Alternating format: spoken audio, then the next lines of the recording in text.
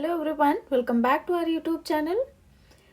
आज के इस वीडियो में हम लोग आरपीएससी असिस्टेंट प्रोफेसर एबीएसटी का 2016 का क्वेश्चन पेपर डिस्कस करने वाले हैं। पेपर 1 हम लोग पहले कर चुके हैं और आज हम लोग पेपर 2 डिस्कस करेंगे। तो चलिए शुरू करते हैं।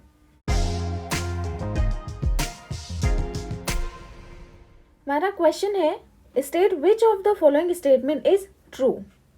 इसमें हमें बताना है कि कौन सा स्टेटमेंट सही है।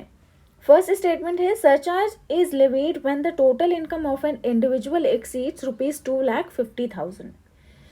यानी सरचार्ज तब लगाया जाता है जब इंडिविजुअल की टोटल इनकम है 2,50,000 से ज़्यादा होती है।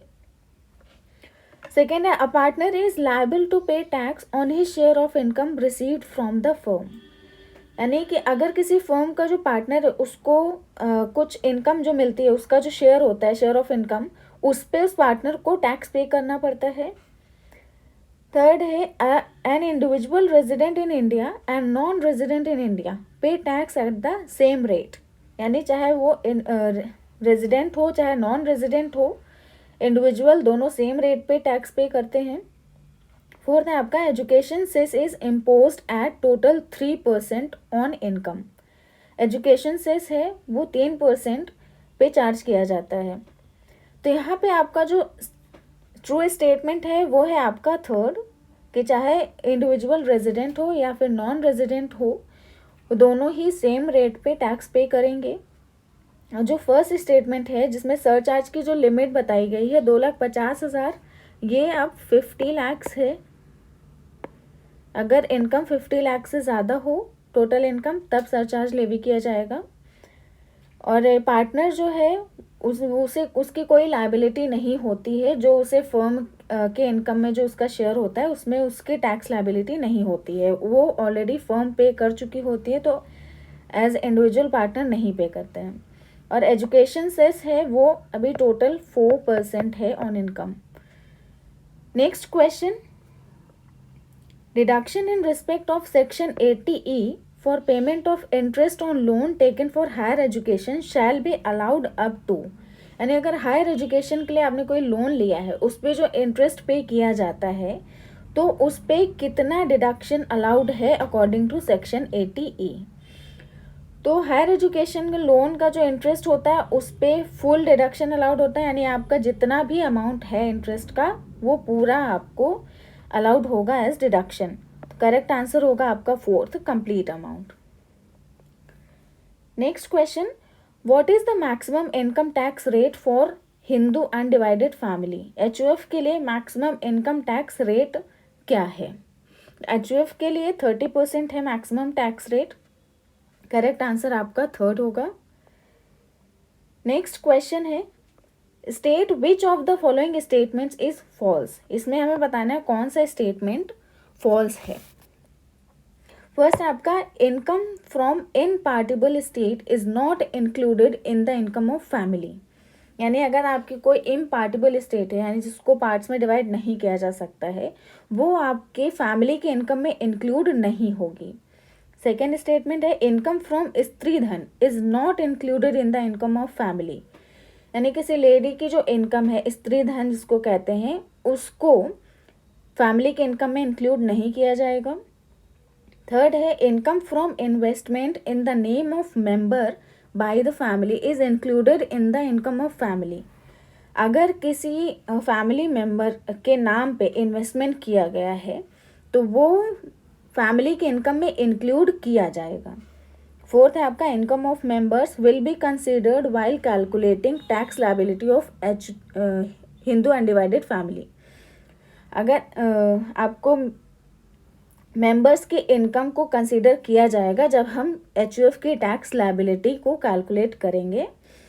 तो यहाँ पे कौन सा स्टेटमेंट गलत है ये बताना था। तो आपका ये फोर्थ स्टेटमेंट है, जो जितने भी मेंबर्स हैं उनको कंसीडर किया जाएगा एचयूएफ की टैक्स लायबिलिटी को कैलकुलेट करने के लिए, ये स्टेटमेंट आपका गलत है, बाकी सारे सही हैं। Next question, interest and remuneration payable to partners is not deductible if the firm, यानी आपको जो पार्टनर्स को इंटरेस्ट और रेम्यूनरेशन दिया जाता है या पेबल होता है वो डिडक्टेबल नहीं होगा अगर firm is not a limited liability partnership, अगर फर्म आपकी लिमिटेड लायबिलिटी पार्टनरशिप है। Second, fulfils the condition of section 184, अगर फर्म सेक्शन 184 की सारी कंडीशंस फुलफिल कर रही हो। थर्ड है आपका सेक्शन 184 की कंडीशंस को नहीं फुलफिल कर रही हो। फोर्थ है not failure in fulfilling the provisions mentioned in section 144। 144 section में जो भी प्रोविजंस दिए गए हैं उनको फुलफिल करने में उसका कोई फेलियर नहीं है, यानी कोई चूक नहीं हो रही है। तो ये आपका जो इंटरेस्ट और रेम्यूनरेशन है वो तब डिडक्टेबल नहीं होगा जब फर्म जो है वो सेक्शन 184 के कंडीशंस को फुलफिल नहीं करती है, तब ये डिडक्टेबल नहीं होगा। अगर फुलफिल करती है तो डिडक्टेबल होगा। करेक्ट आंसर आपका थर्ड होगा। नेक्स्ट क्वेश्चन है state the true statement from the following. इसमें कौन सा स्टेटमेंट सही है ये बताना है। फर्स्ट है a partner is liable to pay tax on interest and remuneration received from firm, यानी कि किसी पार्टनर को फर्म से जो इंटरेस्ट या कोई भी रेम्यूनरेशन कमीशन या फिर कुछ भी मिल रहा है उस पर वो टैक्स पे करने के लिए लायबल होगा। सेकेंड है the permissible rate of interest payable to partners is 15%। Partners को जो इंटरेस्ट दिया जाता है उसका परमिसिबल रेट 15% है। A partner is liable to pay tax on his share of profit from firm, उसका जो शेयर ऑफ प्रॉफिट होगा फर्म से उस पर भी पार्टनर टैक्स पे करने के लिए लायबल होगा। वो थे partners can set of the losses of the firm from there income. Partners जो है वो फर्म के लॉसेस को अपनी इनकम से सेट ऑफ कर सकते हैं। तो इसमें से कौन सा ट्रू स्टेटमेंट है? आपका जो फर्स्ट स्टेटमेंट है ये ट्रू है, बाकी सारे ये गलत हैं। जो पार्टनर होता है उसको जो इंटरेस्ट और रेम्यूनरेशन मिलता है उस पे टैक्स पे करने के लिए वो लायबल होता है, लेकिन अगर उसका जो शेयर ऑफ प्रॉफिट है, फर्म से जो प्रॉफिट मिल रहा है उसका जो शेयर, उस पे वो टैक्स नहीं पे करता है, उस पे वो लायबल नहीं होता है। इंटरेस्ट ऑन रेम्यूनरेशन या फिर किसी भी तरीके का रेम्यूनरेशन मिल रहा है तो उस पे वो इंडिविजुअली टैक्स पे करने के लिए लायबल होगा। नेक्स्ट क्वेश्चन है what is the maximum exemption limit of income for the firm in assessment year 2016-17। 2016-17 assessment year में फर्म की जो मैक्सिमम एग्जम्पशन लिमिट थी वो क्या थी? तो उस टाइम हो चाहे असेसमेंट ईयर आपका अभी करेंट को 2023-24, चाहे ये असेसमेंट ईयर हो, आपका जो मैक्सिमम एग्जम्पशन लिमिट फर्म की है वो 0 ही है। करेक्ट आंसर आपका फर्स्ट होगा। Next question rate of minimum alternate tax excluding surcharge and education cess for other than companies is. Minimum alternate tax का रेट एक्सक्लूडिंग सरचार्ज और एजुकेशन सेस, उसमें सरचार्ज और एजुकेशन सेस इंक्लूड नहीं किया गया है। अदर देन कंपनीज, कंपनीज के अलावा यानी HUF है, इंडिविजुअल है, इनके लिए क्या है मैट का रेट? तो जब ये क्वेश्चन पूछा गया था उस टाइम पे रेट 18.5% था, इसलिए करेक्ट आंसर तब ये होता। लेकिन आज के टाइम पे आपका जो रेट है वो 15% है मैट का। तो अभी के लिए करेक्ट आंसर 15% है, लेकिन तब जब ये क्वेश्चन पूछा गया था 2016 में, तब आपका 18.5% करेक्ट आंसर था।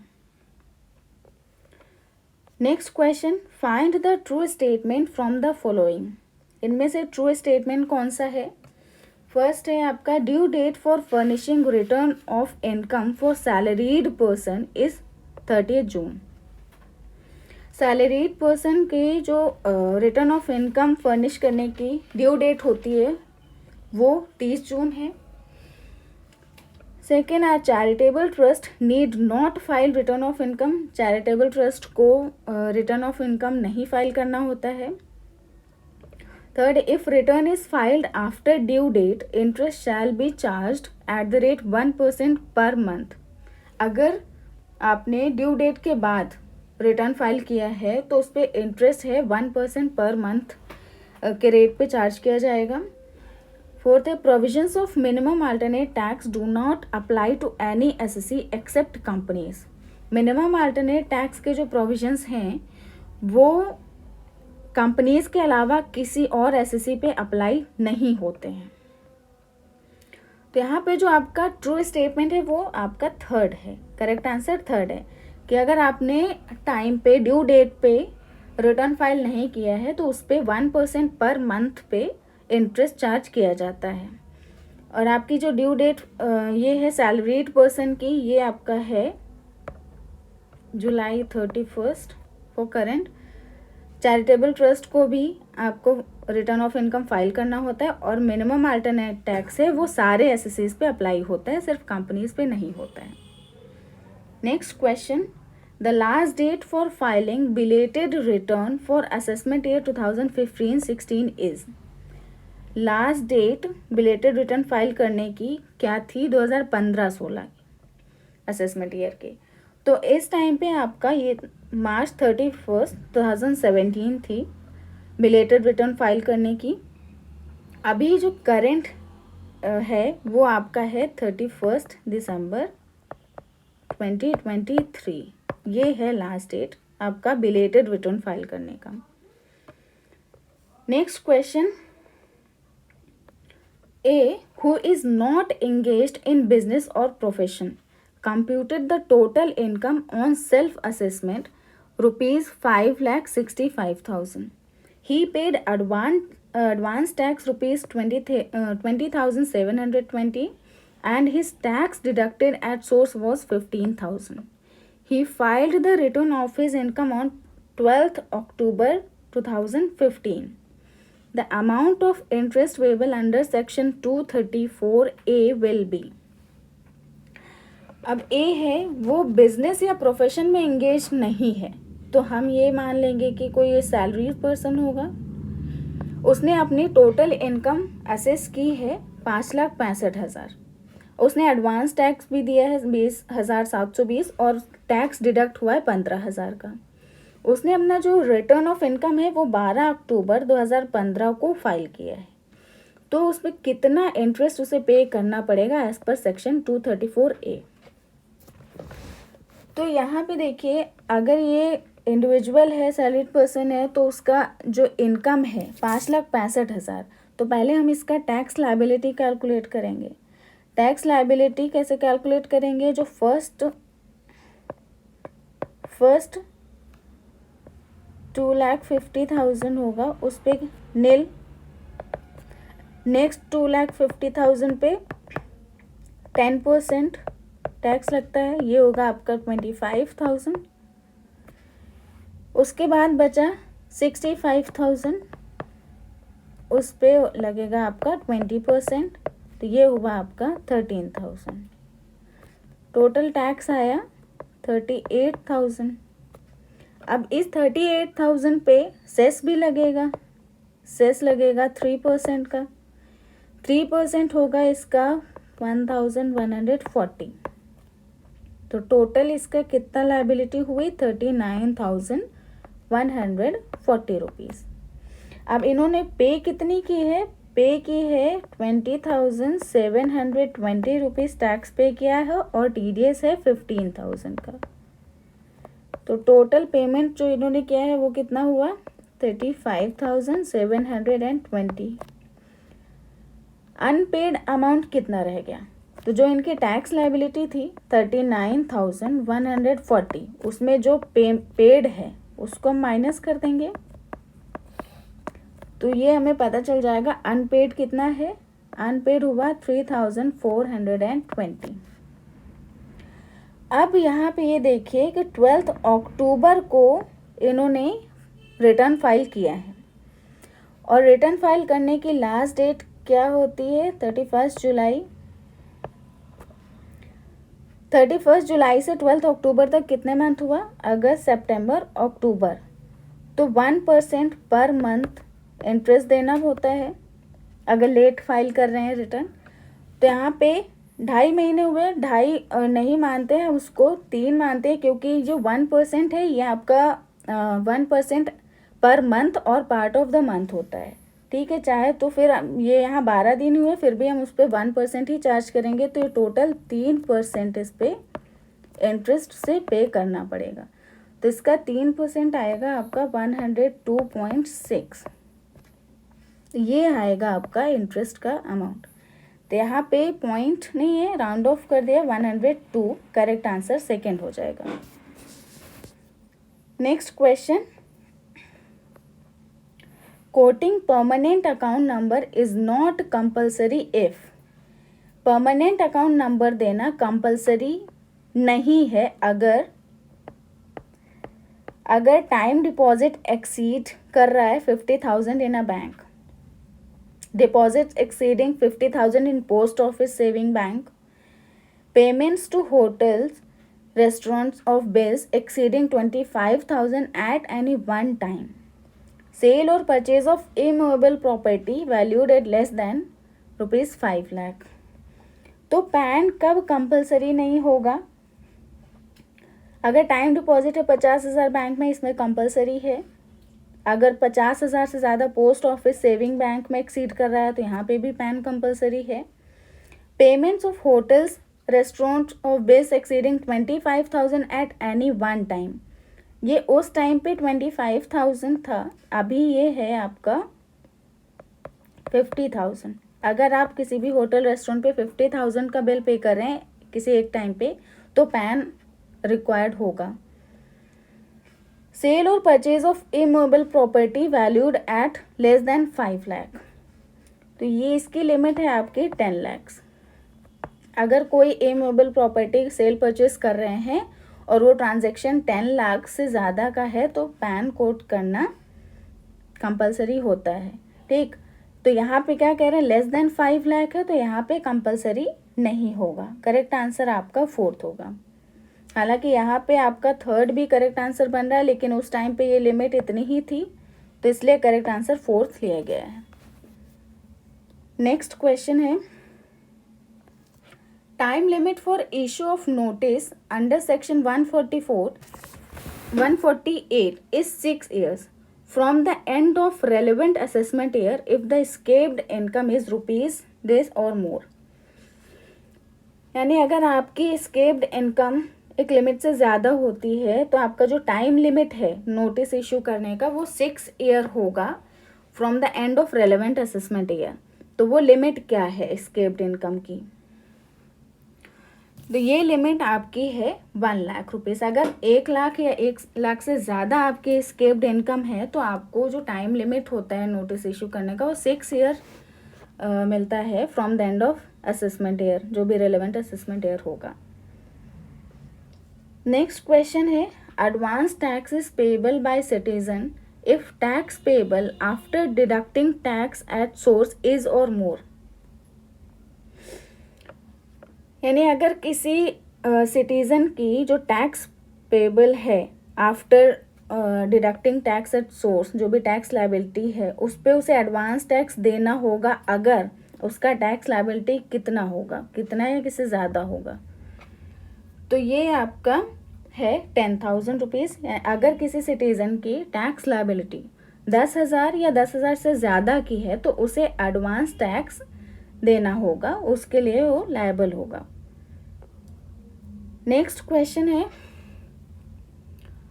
State the correct statement out of the following statements. इसमें से कौन सा स्टेटमेंट करेक्ट है ये बताना है। फर्स्ट है आपका, no tax at source is deducted in respect of interest on securities issued by domestic companies. अगर डोमेस्टिक कंपनीज ने सिक्योरिटीज इशू की हैं उस पर जो इंटरेस्ट दिया गया है उसके रिस्पेक्ट में कोई टीडीएस नहीं कटता है, नहीं डिडक्ट होता है। No tax at source is deducted in case of winnings from lottery is in kind. अगर किसी लॉटरी से विनिंग हुई है in the form of kind तो उस पर कोई सोर्स डिडक्ट नहीं होता है, कोई टैक्स डिडक्ट नहीं होता है। थर्ड है, on salaries tax is deducted at source according to provisions of section 192। Salaries पे जो टीडीएस कटता है वो as per provisions of section 192 कटता है। वो tax deducted at source is an advance tax. TDS एक एडवांस टैक्स है। तो इसमें जो करेक्ट स्टेटमेंट है आपका थर्ड है कि सैलरीज पे जो टीडीएस कटता है वो सेक्शन 192 के अकॉर्डिंग कटता है। Next question, X company has taken a showroom on rent at the rate of 20,000 per month from RAM. During the previous year, tax deduction by the company will be. X company ने एक showroom लिया है rent पे, 20,000 per month rent है, और previous year में उसका जो टैक्स डिडक्शन होगा वो कितना होगा। तो ये 20,000 पर मंथ है, तो एक साल का इसका रेंट होगा आपका 2,40,000। तो जो टीडीएस का है सेक्शन 194I के अकॉर्डिंग उसमें सारे प्रोविजंस दिए गए हैं कि किस चीज़ पे कितना टीडीएस कटता है, किस रेट पे कटता है, उसकी लिमिट क्या है। तो अगर जो रेंट पे ली गई है कोई बिल्डिंग तो उसका जो थ्रेशोल्ड लिमिट है वो 2,40,000 ही है। यानी अगर रेंट आपका 2,40,000 से कम है तो उस पे कोई टीडीएस नहीं कटेगा, लेकिन अगर 2,40,000 या उससे ज़्यादा है तो 10% का टीडीएस कटता है। तो यहाँ पे आपका 2,40,000 रेंट हो रहा है, इसका 10% का टीडीएस कटेगा, तो आपका 24,000 है। ये करेक्ट आंसर होगा third. Next question, the provisions relating to dash are given in section 206C। Section 206C में किस चीज़ से रिलेटेड प्रोविजंस दिए गए हैं? Tax collection at source, tax deduction at source, advance payment of tax, filing return of income. तो पिछले वाले question में हमने बताया आपका जो टैक्स डिडक्शन है वो क्या है, 194 है सेक्शन। एडवांस टैक्स जो है वो है आपका सेक्शन 207 से लेके 219 तक। फाइलिंग रिटर्न है आपका 139, और ये जो टैक्स कलेक्शन एट सोर्स है ये है आपका 206C। करेक्ट आंसर होगा फर्स्ट। नेक्स्ट क्वेश्चन है, the rate of interest per month shall be payable by government in case of delay in the grant of refund of income tax. यानी कि जो government income tax refund करती है अगर उसमें delay हो जाता है तो उस पर कितने % रेट पे इंटरेस्ट देगी गवर्नमेंट। 0.5% है, 1%, 1.5 या फिर 2%। तो ये उस टाइम पे 0.5% था, अभी करंट में ये 1% है।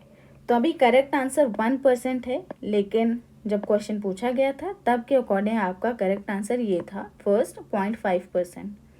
अब ये 1% हो गया है। नेक्स्ट क्वेश्चन है, under section 220 subsection 2A the interest may be reduced और वेव्ड बाय द अथॉरिटी। यानी अंडर सेक्शन 222A जो इंटरेस्ट होता है वो किस अथॉरिटी के द्वारा कम किया जा सकता है या फिर माफ़ किया जा सकता है, रिड्यूस या फिर वेव किया जा सकता है। Inspector of income tax, assessing officer, chief commissioner और commissioner, central board of direct taxes. तो ये जो वेव ऑफ करने की या रिड्यूस करने की अथॉरिटी होती है ये सिर्फ चीफ कमिश्नर या कमिश्नर के पास होती है। तो करेक्ट आंसर आपका थर्ड होगा। नेक्स्ट क्वेश्चन है, which of the following is not a method of tax planning related to salary. यानी अगर सैलरी में हमें टैक्स प्लानिंग करनी है तो इसमें से कौन सा मेथड नहीं होगा टैक्स प्लानिंग का। फर्स्ट है आपका tax free perquisites as part of salary, यानी आपको टैक्स फ्री परक्विजिट्स मिल रहे हैं, एक टैक्स फ्री अलाउंसेस मिल रहे हैं as part of salary, encashment of earned leave on retirement, जो भी आपकी लीव थी उनको आपने इनकैश करा लिया है रिटायरमेंट के टाइम पे, not commuting the pension, pension की जो वैल्यू होती है उसको एक मुश्त या फिर क्या कहते हैं एक मुश्त राशि नहीं मिल रही, नहीं ले रहे हैं आप, इकट्ठा अमाउंट नहीं ले रहे हैं। तो यहाँ पे जो मेथड नहीं है, करेक्ट आंसर आपका फोर्थ होगा, क्योंकि कम्यूशन ऑफ पेंशन होता है, यहाँ पे लिखा है आपका नॉट कम्यूटिंग द पेंशन, ठीक है, पेंशन की एक मुश्त राशि आप नहीं ले रहे हैं, तो करेक्ट आंसर आपका फोर्थ होगा। Next question, which of the following is not a method of tax planning related to capital gains. अब वही क्वेश्चन कैपिटल गेन्स के रिगार्ड में पूछा जा रहा है कि कैपिटल गेन्स में टैक्स प्लानिंग का कौन सा मेथड नहीं है। फर्स्ट है sales of an asset on becoming long term capital asset instead of short term capital asset. आपने कोई लॉन्ग टर्म कैपिटल एसेट की सेल कर दी है, मतलब जो शॉर्ट टर्म कैपिटल एसेट थी वो लॉन्ग टर्म एसेट बन गई, तो उसको सेल कर दिया। Use of section 54, 54B, 54D, 54F, 54G और 54GA। Loan taken for self occupied house property. आपकी कोई हाउस प्रॉपर्टी है, सेल्फ ऑक्यूपाइड है, आप उसके लिए लोन लिया है। Subscribing right shares instead of sale of right. Right shares को सब्सक्राइब कर रहे हैं instead of sale of right. तो यहाँ पे जो मेथड नहीं है वो आपका थर्ड है कि सेल्फ ऑक्यूपाइड जो हाउस प्रॉपर्टी है उसके लिए आप लोन ले रहे हैं, तो ये आपका कैपिटल गेन्स के लिए टैक्स प्लानिंग का कोई मेथड नहीं होगा। बाकी ये तो हम कैलकुलेट करते हैं, कैपिटल गेन्स में सारे सेक्शंस हैं, तो ये सारे आपके मेथड हैं। नेक्स्ट क्वेश्चन है, true statement in relation to tax avoidance is. Tax avoidance के रिगार्ड में कौन सा स्टेटमेंट ट्रू है। Tax avoidance is not illegal. Tax avoidance illegal नहीं होता है, यानी कि इलीगल होता है, ये गलत है आपका। प्रोविजंस ऑफ लॉ, यहाँ पे लॉ नहीं law, are floated in tax avoidance, यानी कि आपका जो लॉ के प्रोविजंस हैं उसमें टैक्स अवॉइडेंस के जितने भी प्रोविजंस हैं उनका कोई भी उल्लंघन नहीं किया गया है, ये भी गलत है। Penalty and prosecution is imposed on tax avoidance.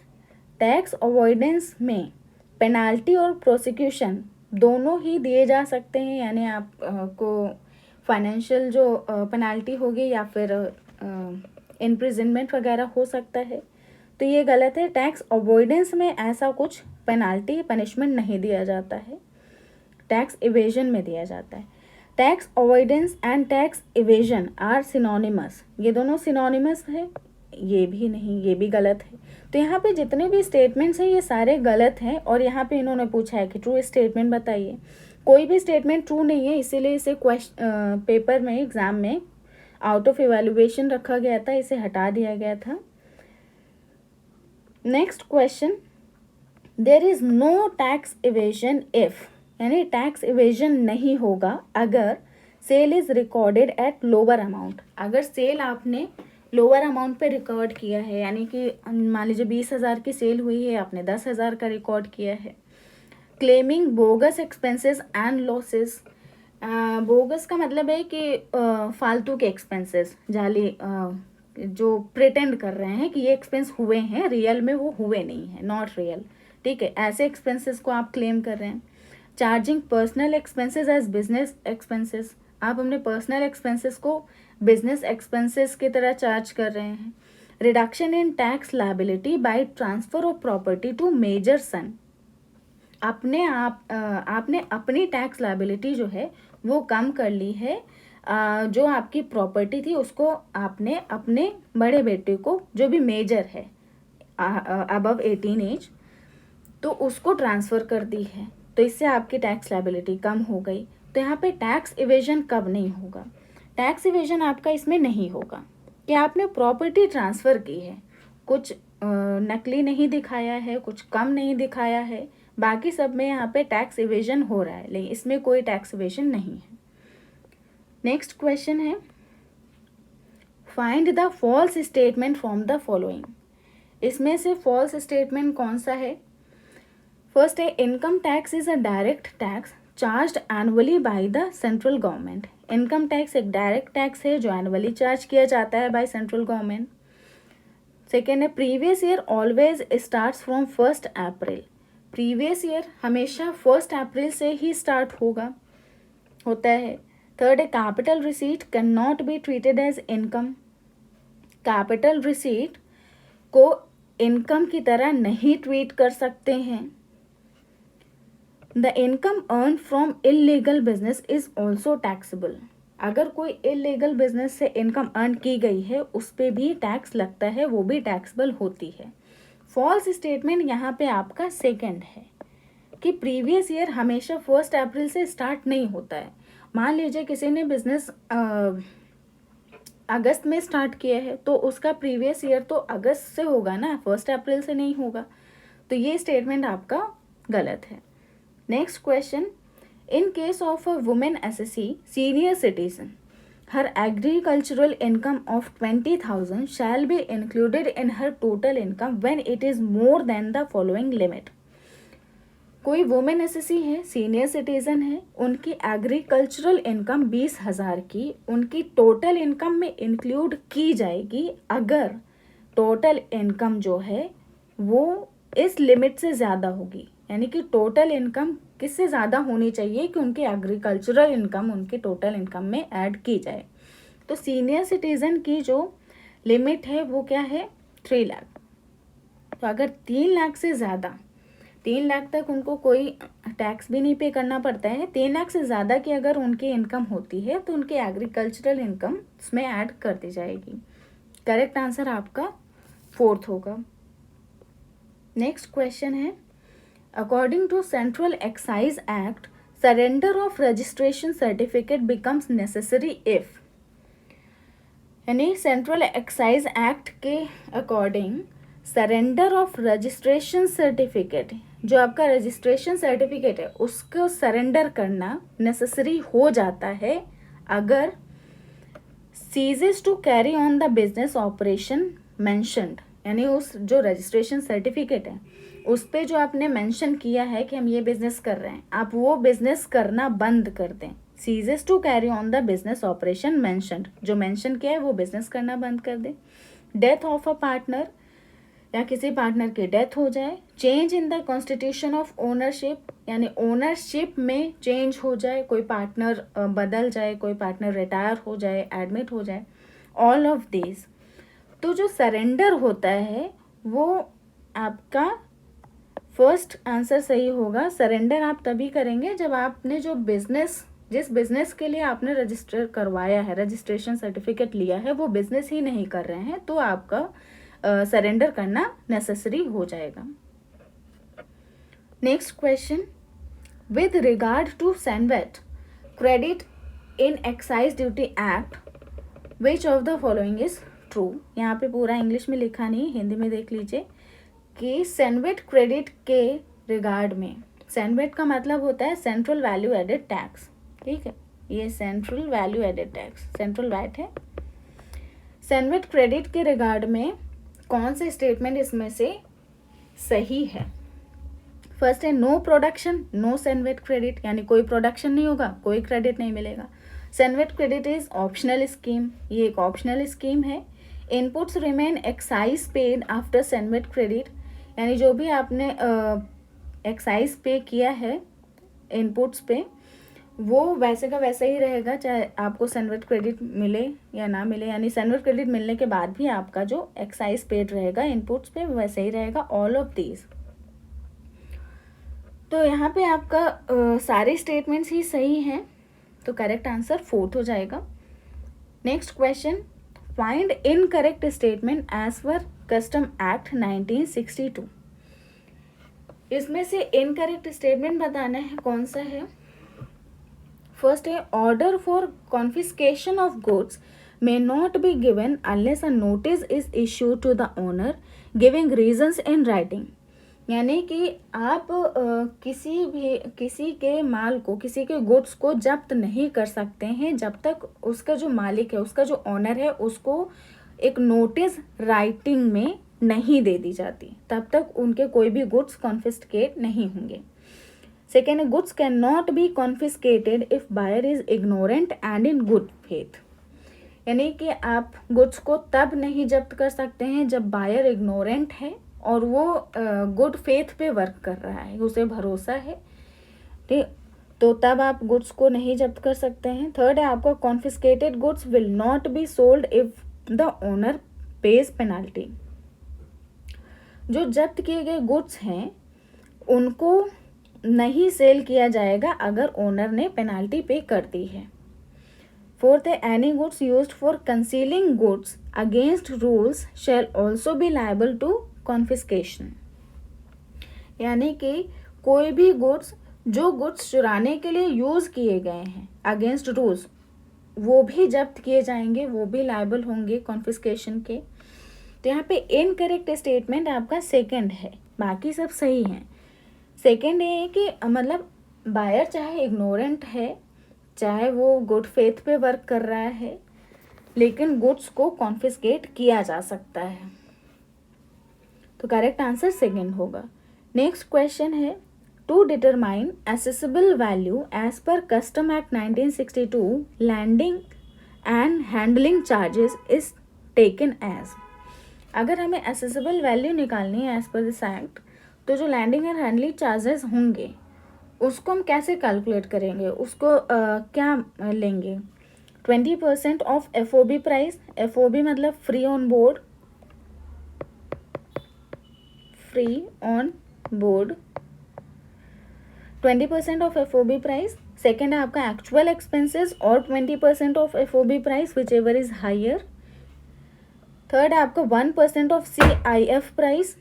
CIF का मतलब होता है आपका cost insurance, cost insurance and freight.